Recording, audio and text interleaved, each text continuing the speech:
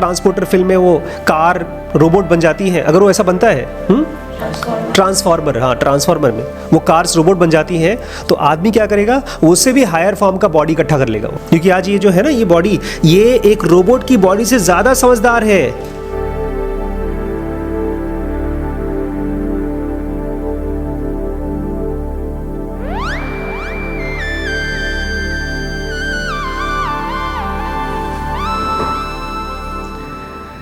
नमस्कार दोस्तों, स्वागत है आपका ज़ेन योगा 40 डेज़ चैलेंज में। अब ये 35th डे है आज, और आज हम लोग पढ़ने वाले हैं you should consciously choose to be alone. आज हम लोग पढ़ने वाले हैं you should consciously choose to be alone. और इसमें कौन कौन सी चीज़ें मैं चाहता हूँ आप समझ लें। सबसे पहली ये बात समझ में आनी चाहिए आपको, that we are blind and deaf. हम लोग जो नॉर्मली सोचते हैं कि हम बहुत समझदार हैं, ऐसा नहीं है। We are blind and deaf, ये पहला फ्रेज़ जो आपको समझ में आना चाहिए, लिख लीजिए इसको, ये आपके लिए इम्पॉर्टेंट पॉइंट्स हैं रिमाइंडर की तरह। दूसरा है मोस्ट अपग्रेडेबल मशीन। तीसरा पॉइंट है स्केयर्ड ऑफ बीइंग अलोन, मतलब अकेले रहने से डरते हैं। चौथा, experience of life is superficial.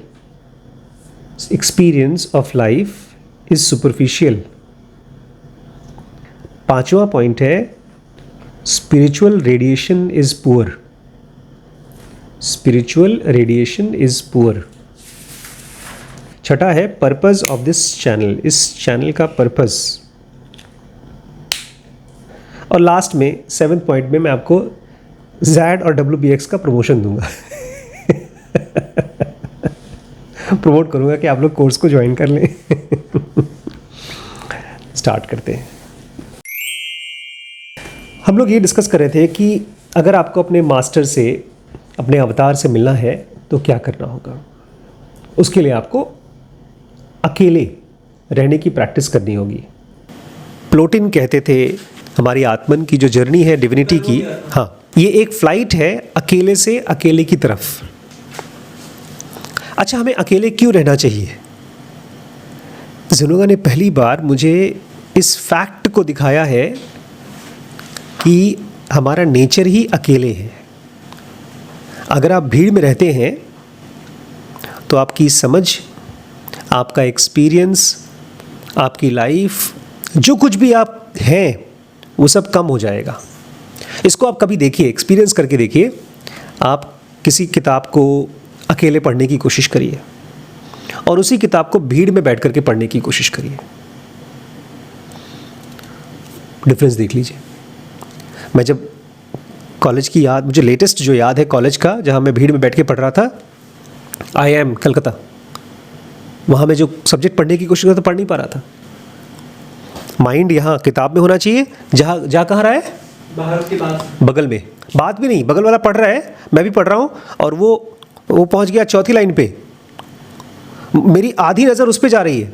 मतलब ये हमारा सिस्टम 1 बना ही नहीं है भीड़ में पढ़ने के लिए।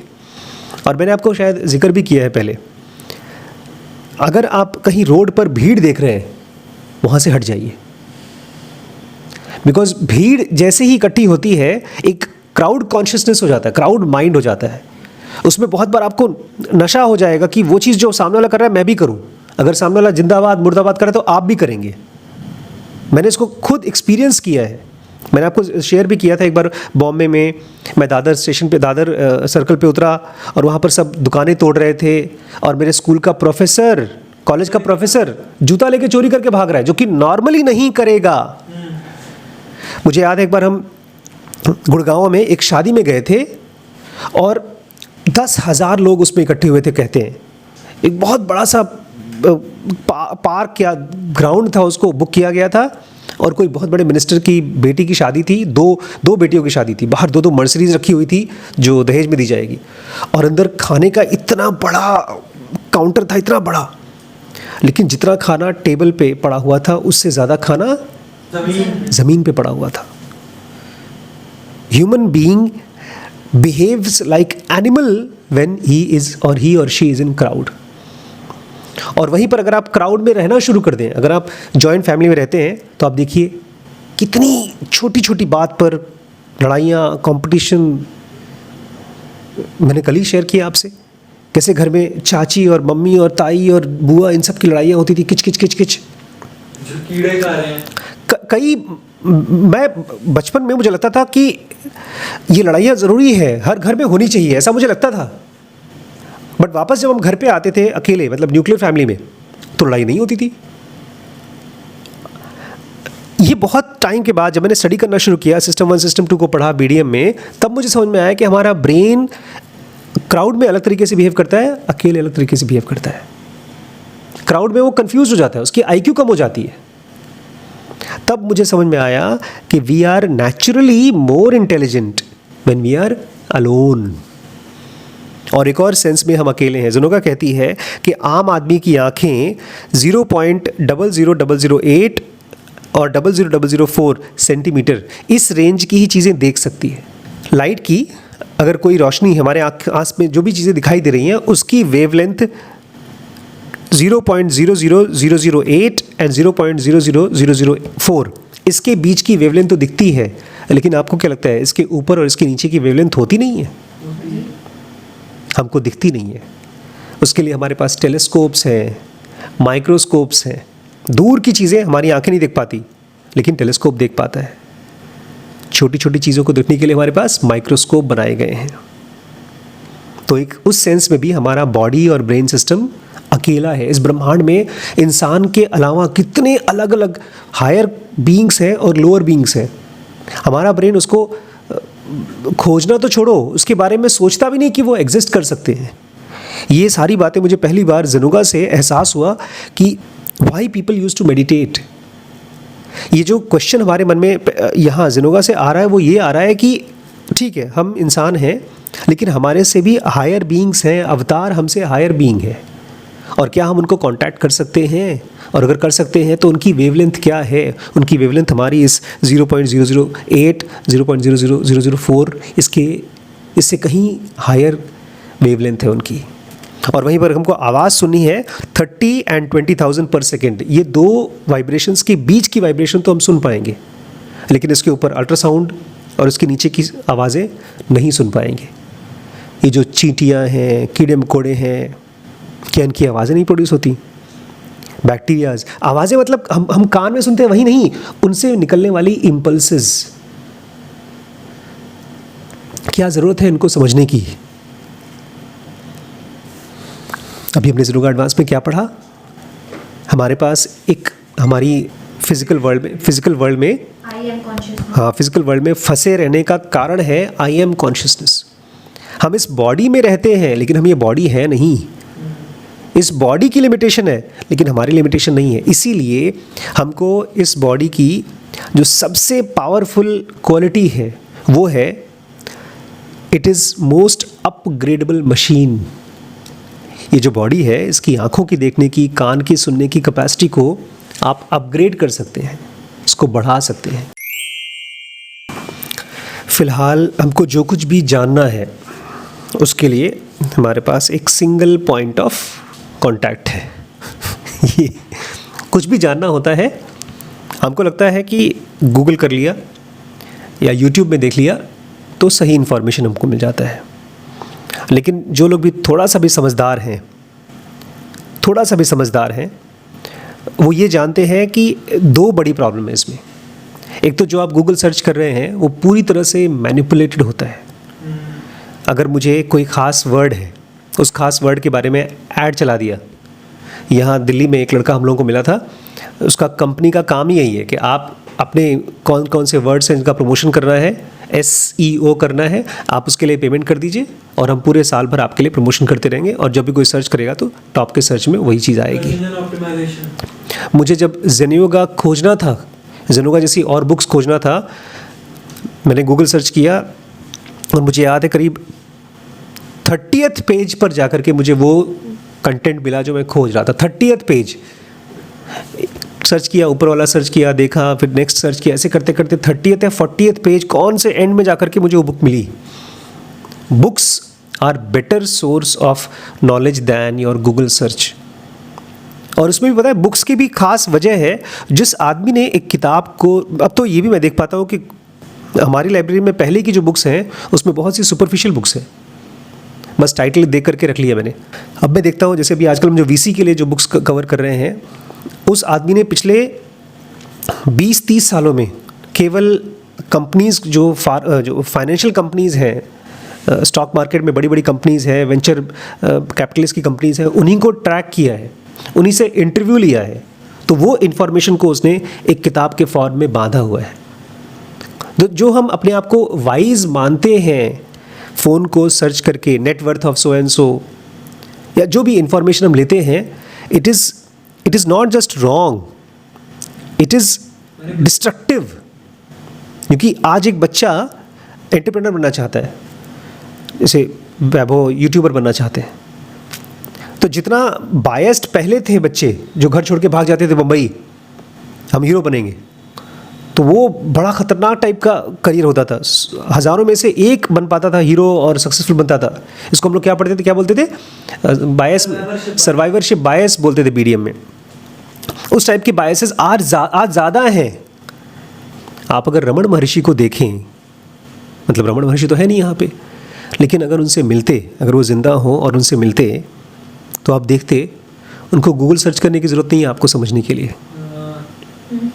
आप अपने आप को देखिए, कभी कभी आप किसी को देख रहे हैं, बात कर रहे हैं, इसको एज ए एक्सपेरिमेंट करके देखिए। आप परेशान हैं और किसी को देखिए, और आप कभी बहुत शांत हैं, उसी समय आप जाकर के शांत हो लीजिए और फिर उस आदमी से बात करिए। जैसे एक बार गौरी ने एक लड़की से फ़ोन पे बात की थी, और फ़ोन पे मतलब फ़ोन रखने के बाद तुरंत उसने कहा, बड़े पापा मुझे लगता है ये ड्रंक है, शराब पी हुई है। How did you know? वो आपका परसेप्शन था। ज़ेनोगा बोलती है रेंज ऑफ परसेप्शन बढ़ा सकते हैं हम लोग। जो हमारी आंखें देखती हैं, नॉर्मली जो हमको दिखता है ना, एक आदमी दिखता है, वो उसी आंखों से वो आदमी नहीं दिखेगा, उसकी पास्ट और उसका फ्यूचर दिखेगा आपको, भविष्य नहीं, उसकी हैबिट्स दिख जाएगी। आप अगर किसी बंदे के ऊपर, हमने बीडीएम में एक सीरीज़ कवर की है, झूठ कैसे पकड़ें, उसमें एक आदमी ने पहले एक इन्वेस्टमेंट किया किसी कंपनी में और कंपनी वो डूब गई। बाद में उसने इसी टाइप का कोई कोर्स किया जिसमें कि झूठ पकड़ने का उसने ट्रेनिंग लिया। दोबारा उसके पास एक ऑप्शन आया इन्वेस्टमेंट करने के लिए, और जब वो पहुंचा उस स्टार्टअप फाउंडर से मिलने के लिए, तो वो स्टार्टअप फाउंडर बहुत अच्छे से बातचीत किया, और उसकी ऑफिस में थी, कंप्यूटर पे लोग बैठे हुए थे, काम वाम कर रहे थे, और ये ऑलमोस्ट डील फाइनल हो गया था। $50-60 मिलियन, मतलब बहुत ज़्यादा पैसा इन्वेस्ट करने को तैयार था। लेकिन जब वापस आ रहा था, बाहर जा रहा था, तो एक काउंटर पर एक लड़की बैठी हुई थी, कंप्यूटर पर काम कर रही थी, और उसने जाकर के उसको देखा और उसको समझ में आ गया ये पूरा फेक है। ये उस बंदे ने इन्वेस्टमेंट लेने के लिए एक फेक सिस्टम बना रखा था, एक फेक शो बना रखा था कि इन्वेस्टमेंट, और बहुत से लोग करते हैं ऐसा। लक्ष्मी चिट फंड पिक्चर ये सचमुच में होता है। अरे हम सब के कांटेक्ट में जो भी हैं वो सब बोलते हैं हमको धोखा हो गया, पैसे का धोखा हो गया, चीटिंग हो गई। लेकिन वो क्यों होती है? बिकॉज हमारी रेंज ऑफ परसेप्शन कम है। हमारी रेंज ऑफ परसेप्शन में ये है, कोई चीज़ अगर किसी को हमसे कुछ बात करनी है तो मोबाइल ले आओ भाई, पहले जाके अपना व्हाट्सएप पे मैसेज करो, तब हम तुमसे बात करेंगे। एक अच्छा सा वीडियो बनाओ, तब हम तुमसे बात करेंगे। हमारी आंखों की परसेप्शन कमज़ोर हो गई है। ज़ेनोगा कहती है अगर आप चाहें अपनी प्रैक्टिसेस के ज़रिए, अपने खाने के ज़रिए, अपनी रेंज ऑफ परसेप्शन, अपनी आंखों से देखने की कैपेसिटी, कान से सुनने की कैपेसिटी, सूंघने की कैपेसिटी जैसे कुत्तों की होती है, उससे भी ज़्यादा गहरी कर सकते हैं आप। और सबसे इम्पॉर्टेंट, आपके माइंड की डिकोड करने की, किसी भी चीज़ को समझने की कैपेसिटी नॉर्मल से, एवरेज से ज़्यादा, कहीं ज़्यादा बढ़ा सकते हैं। इसीलिए मैं कहता हूँ हमारी बॉडी क्या है, it is most upgradeable machine. अभी एआई की बड़ी शोर हो रही है कि एआई इंसानों को बीट कर जाएगा, लेकिन एआई कभी भी फिजिकल बॉडी से कॉस्मिक कॉन्शियसनेस तक अपनी कॉन्शियसनेस शिफ्ट नहीं कर पाएगा। पता है क्यों? क्योंकि एआई में कॉन्शियसनेस नहीं है। एआई के अंदर में डिवाइन फ्रैगमेंट नहीं है, खाली ह्यूमन बीइंग है जिसके अंदर में आत्मन है, सोल है। और चूंकि वो सोल सबसे हाईएस्ट फॉर्म है इस पूरे कायनात का, और वो हमारे अंदर है, इसीलिए हम उसको अपग्रेड कर सकते हैं। पता है आप किसी फ़ोन को, उसके कैमरे को कितना अपग्रेड कर सकते हैं? जितना उसके लेंस की कैपेसिटी है। अगर लेंस बेचारा छोटा सा है, VGA कैमरा है आपका, या कोई 2-4-5 हज़ार का कैमरा है, उसमें कौन सा सॉफ्टवेयर डाल करके उसको आप HD कैमरा बना दोगे, 4K कैमरा बना दोगे? आज भी जो हम ये मेन कैमरा है, इसकी लेंस हमारे नॉर्मल स्क्रीन, ये जो मोबाइल है उसकी लेंस से बड़ा लेंस है, इसलिए इसकी फ़ोटोज़ ज़्यादा साफ़ आती हैं।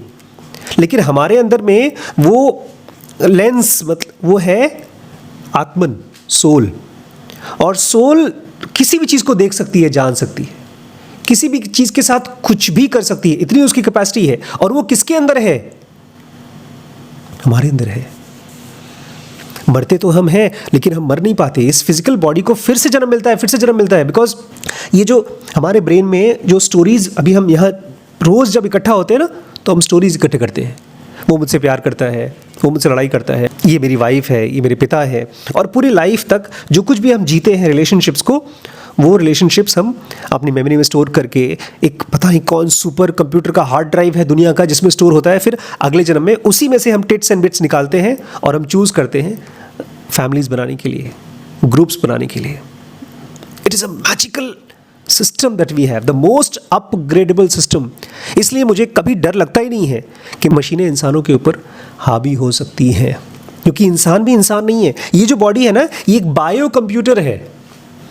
अगर कल को AI आ गई और इंसान से कहीं ज़्यादा मशीनों को एडवांस्ड, जैसे नहीं था ट्रांसपोर्टर फिल्म में वो कार रोबोट बन जाती हैं, अगर वो ऐसा बनता है, ट्रांसफॉर्मर, हाँ ट्रांसफॉर्मर में वो कार्स रोबोट बन जाती हैं, तो आदमी क्या करेगा? वो उससे भी हायर फॉर्म का बॉडी इकट्ठा कर लेगा वो।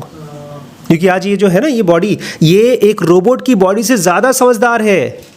इस बॉडी के अंदर में जब मौसम बदलता है तो इसके अंदर छोटे छोटे पोर्स होते हैं। गर्मी होती है तो पोर्स खुल जाते हैं, पसीना निकालते हैं, पसीना सूखता है तो हमको ठंडा लगता है बैठे बैठे। सर्दी होती है तो ये पोर्स बंद हो जाते हैं। कुछ नहीं कर सकता ये बेचारा, इसको तो चार्ज भी करना नहीं आता। हम अपने आप को चार्ज कर लेते हैं, गड़ गड़ गड़ गड़ गड़ चार्ज कर लेते हैं। हमें लगाना पड़ता है चार्ज में। बताओ, बड़े आए हैं।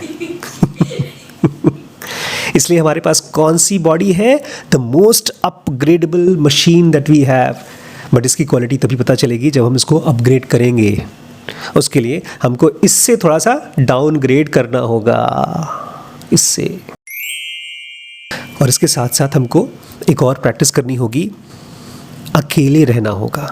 बिकॉज एनलाइटमेंट केवल तभी आती है जब हम अकेले होते हैं। पता है क्यों?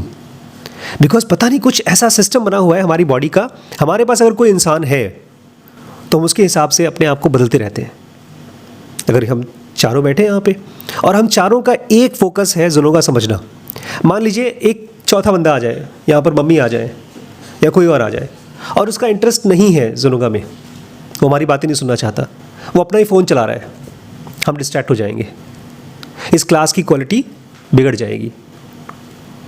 हमारे अंदर में थॉट्स चलते हैं और वो थॉट्स एक्शन बन जाते हैं, थॉट्स चलते हैं वो एक्शन बन जाते हैं। लेकिन थॉट्स से भी ज़्यादा इंटेलिजेंट होता है इंटेलिजेंट साइलेंस। एक तो ऐसा साइलेंस है जो बेचारा चुप ही रहता है, वो कुछ करता ही नहीं, और एक ऐसा साइलेंस है जो एकदम ब्राइट लाइट की तरह चमकता रहता है थॉट के ऊपर, और वो पूछता है कि क्या ये सही थॉट है, क्या इसको एक्शन बनना चाहिए। और फिर अगर वो सही चीज़ है तो होती है, गलत चीज़ है तो गायब हो जाती है। लेकिन उसके लिए आपको अकेले रहना सीखना होगा। Intelligence develops with conscious aloneness. मैं देखता हूँ रात को जब मैं यहाँ बैठता हूँ अकेले, या किसी भी टाइम जब मैं अकेले बैठता हूँ, अभी बाहर कोई नहीं है, पेशेंट नहीं है, बाहर जब पेशेंट होते हैं तो यहाँ पर कॉन्शियसनेस डिस्टर्ब हो जाता है। अगर कभी किसी को मेडिटेशन में भी जाना होगा तो उसको अपने साथ बैठना होगा। We don't realise the value of aloneness. पता है हम लोग अकेले क्यों नहीं बैठते? क्योंकि हम अकेले रहने से डरते हैं। We are scared of being alone. ये आपको फियर क्या होता है पता है? फियर, आप किस चीज़ को फियर बोलते हैं आप लोग? Core of fear is death, pain and death. क्योंकि अगर ऊंचाई से गिरेंगे या कोई चाकू मारेगा तो अल्टीमेटली हमारी डेथ होगी और दर्द होगा। ये दो चीज़ें हैं कोर ऑफ फियर। लेकिन ज़ेनोगा कहती है end of fear is not from experiencing that thing, end of fear is when you find something much deeper and more powerful then this body and mind. एक आदमी है, उसके हाथ में ढेर सारे कीमती कीमती पत्थर हैं। आप गए समुद्र के किनारे और आपने वहाँ पर दिन भर टाइम स्पेंड करके 5-6 इतने खूबसूरत पत्थर इकट्ठे किए, शेल इकट्ठे किए, जो भी इकट्ठा किया आप उसको पकड़ के इकट्ठा करके हाथ में रखते हैं। फिर कोई आदमी कहता है अरे यार ये शेल्स है, इसकी कीमत कितनी होगी? 200-300-400 रुपये अगर बेचोगे तो। ये मेरे पास हीरे हैं, इसको लो। तो आप क्या बोलेंगे? नहीं नहीं, तुम्हारे हीरे हीरे होंगे, लेकिन मैंने इसको सुबह से लेकर शाम तक मेहनत से इकट्ठा किया है, इसको पहले अच्छे से रख लूँ संभाल के, उसके बाद तुम्हारे हीरे लूँगा। हमारे पास फिजिकल बॉडी है, उसके एक्सपीरियंसेस है और उसके एक्सपीरियंसेस को खोने का डर है। तो हम क्या बोलते हैं? आत्मा आत्मा हम नहीं जानते, हम इसी को एक्सपीरियंस कर लें जितना एक्सपीरियंस कर लें। ये डर है। हम इस बॉडी में जितना एक्सपीरियंस कर सकते हैं हम उतना एक्सपीरियंस करना चाहते हैं, ये हमारा डर है। एक आदमी प्यार करता है, उसको पाता है, उसको पाने की कोशिश करता है, या कोई पैसे कमाने की कोशिश करता है और उसको पकड़ के जकड़ के रखता है, उसको इनफैक्ट लड़ाई करके अपने आप को टॉर्चर करके उसको अपने पास रखेगा। ये डर है। डर कब खत्म होता है? जब आप रियलिटी को रियलिटी की तरह देखते हैं। दो रियलिटी है, एक तो फिजिकल बॉडी, उसकी डेथ, ये एक रियलिटी है, लेकिन एक और रियलिटी है हमारे अंदर में डिवाइन फ्रैगमेंट का होना और उसकी नो डेथ, वो कभी मरता मरता नहीं है। वो है असली हीरा। हम सबके सब बंधे हुए हैं इस फिजिकल बॉडी के एक्सपीरियंसेस से और इसीलिए हम इसी बॉडी के एक्सपीरियंसेस को इकट्ठा करते रहते हैं और उसी इकट्ठा करने को ज़ेनोगा बोलती है एस्केप करना। क्या बोलती है? हम जो भी करते हैं ना, अकेले रहने से हमारा माइंड एक्सपैंड होगा, हमारी परसेप्शन एक्सपैंड होगी, हम इंटेलिजेंट होंगे, लेकिन वो करने का मन नहीं करता। थोड़ी देर के लिए भी अकेले रहेंगे तो डर लगता है, इसलिए हम चले जाते हैं सूडो रिलैक्सेशन में। सूडो रिलैक्सेशन मतलब कोई हैबिट की चीज़, फिल्में देख लेना या कोई ऐसी चीज़ जिसमें हमको लगे रिलैक्स करना। क्या कर रहे हैं? कुछ नहीं, बड़े बाबा बहुत थक गए, अब थोड़ा रिलैक्स करेंगे। आंखें स्ट्रेन हो रही हैं, देखते देखते टीवी देखते देखते आंख थक गई है, नींद आ रही है, लेकिन फिर भी आंख रगड़ रगड़ के देख रहे हैं, मार पड़ रही है, डांट पड़ रही है, फिर भी टीवी देखेंगे। वो है रिलैक्सेशन है। बड़े पापा फ्रेश हो रहे हैं हम लोग। लेकिन ज़ेनोगा कहती है इससे एक खतरा होता है, इससे एक बहुत बड़ा खतरा होता है। आपके इस सूडो रिलैक्सेशन से your experience of life becomes superficial. सुबह सुबह जब खाने के टेबल पे हम लोग इकट्ठा होते हैं तो मुझे देश विदेश की सारी खबरें आ जाती हैं कि कौन से कॉमेडियन ने कौन सा वीडियो बनाया, किस बंदे के कितने व्यूज़ हैं, कि मतलब जो फिक्शन में भी मुझे नहीं जानना, वो सब जानकारी मुझे मिल जाती है। और हमें स्पिरिचुअलिटी के बारे में जो नहीं पता तो वो आपसे पता चल जाता है। मैं सोचता हूँ कि मैं आत्मन की क्वालिटीज़ को जानना चाहता हूँ, लेकिन टाइम नहीं मिलता, क्योंकि मैं जो कुछ भी जानना चाहता हूँ उसके लिए you need a mind that is, जैसे आप लोगों का माइंड, आपको एहसास भी नहीं होता होगा कि वो सुपरफिशियल माइंड होता जा रहा है। जब आपकी लाइफ में अकेले टाइम कम रहेगा तो आपके एक्सपीरियंसेस सुपरफिशियल होते जाएंगे। और सुपरफिशियल एक्सपीरियंसेस से एक और ख़तरा होता है, आपकी रेडिएशंस पुअर हो जाती हैं, आपकी प्रेजेंस बहुत कमज़ोर हो जाती है। पता है प्रेजेंस क्या होती है? जैसे श्रीश आज बता रहे हैं कि अपने दोस्त के साथ खेल रहे थे और उनके दोस्त ने इनके साथ मस्ती की, तो श्रीश को गुस्सा आया और एक झापड़ मार दिया। पता है झापड़ मारना क्यों पड़ा? क्योंकि इनकी स्पिरिचुअल रेडिएशन बहुत कमज़ोर है। रेडिएशन मतलब होता है, आपकी प्रेजेंस का मतलब होता है यू आर सो डिग्निफाइड कि आपको देख करके, कभी जब कृष्णमूर्ति छोटे से थे वहाँ वॉक कर रहे थे, लाइट बीटर ने देखा उनको और बोलते हैं मैंने अपनी लाइफ का सबसे प्योर आदमी देखा है, बच्चा देखा सबसे प्योर। बोलते हैं उसका ऑरा इतना प्योर था कि मैं रोक नहीं पाया। आप रमण के पास जाते तो आप अपने आप सरेंडर हो जाते। चलो ये तो स्पिरिचुअल लोग हैं। एक आदमी जिसको आप बोलते हैं कि बड़ा बिजनेसमैन है, कोई एक्टर वगैरह है, जो कोई भी जिसको आप फेमस आदमी बोलते हैं, आप जाकर उसके सामने झुक क्यों जाते हैं? उसकी एक प्रेजेंस है, उसका ऑरा है। उसका बड़ी मम्मी को देख लीजिए, वो आती हैं तो आप लोग अलग ही टाइप के बिहेव करते हैं उनके सामने। ऐसा लगता है आप लोग वो फिल्म स्टार पेपराजीज हैं।